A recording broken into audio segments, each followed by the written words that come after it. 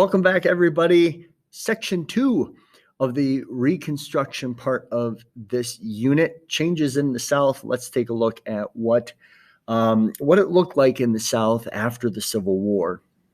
First, some vocabulary: carpetbaggers and scalawags, a couple of derogatory terms during this time: sharecropping and tenant farming. Slavery has come to an end. So what does the agricultural system look like in the South? We start to see that development with both of these terms. Finally, on the back end here, segregation and integration. We may be aware of these terms already, but worth mentioning here since we do talk about schools briefly and how segregation will exist in them. Society in the South, or maybe more appropriately, society in the Reconstruction South. So keep in mind, Reconstruction is this period of time, 1865 to 1877. It's post-Civil War, putting the nation back together. And one of the big question marks for Southerners is, this was a question before the Civil War: if you get rid of slavery, then how will our economy, what would our economy look like? Well, by 1865, slavery is removed. It is gone. So what is the economy going to look like? Okay. And additionally, though, rebuild the economy and rebuild, period. A lot of the war was fought in the South. Not a lot of it was fought in the North. Therefore, there were a lot of there was a lot of infrastructure that was ruined, and that needs to be built back up. That is one of the things that must be done with Reconstruction. The Civil War was fought in the South. The institution of slavery is gone in the South. So what other changes, if any, will the South be faced with as far as the North possibly getting rid of the Southern way of life? To be continued on that one. And then carpetbaggers and scalawags. The South and those in the South, they see Northerners, these carpetbaggers, coming into the South, trying to take advantage of either political opportunities or business opportunities, and they are despised. However, possibly despised more are the scalawags. Scalawags are individuals in the South that are viewed as traitors because they are looking to take advantage politically or socially or from a business perspective. They are looking to take advantage of the situation in the South of this Reconstruction era. They might run for office as Republicans, or they are looking for business opportunities, as already mentioned. But those scalawags are people that live in the South. They are not coming from the North. They are already in the South.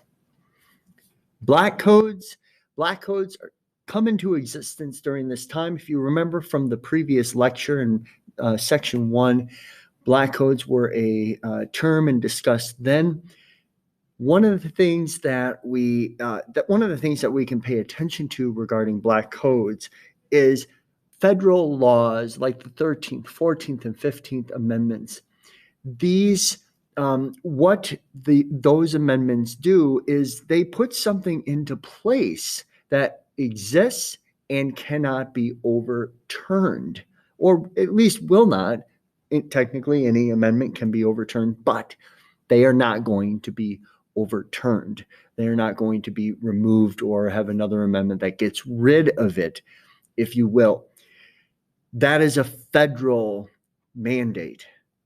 States cannot overturn that.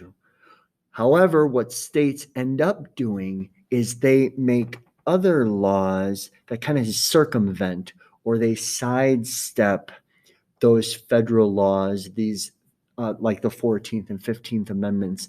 They are putting laws into place that still restrict anybody that is black from achieving their civil rights that have been granted to them at this time. However, even though black codes come into existence, it does not mean that black people throughout the South are not participating in the vote. In fact, we see a number of Republicans, black Republicans, come into office. This is a first and won't be the last, but we do see some problems that come into existence by the end of Reconstruction. More on that later.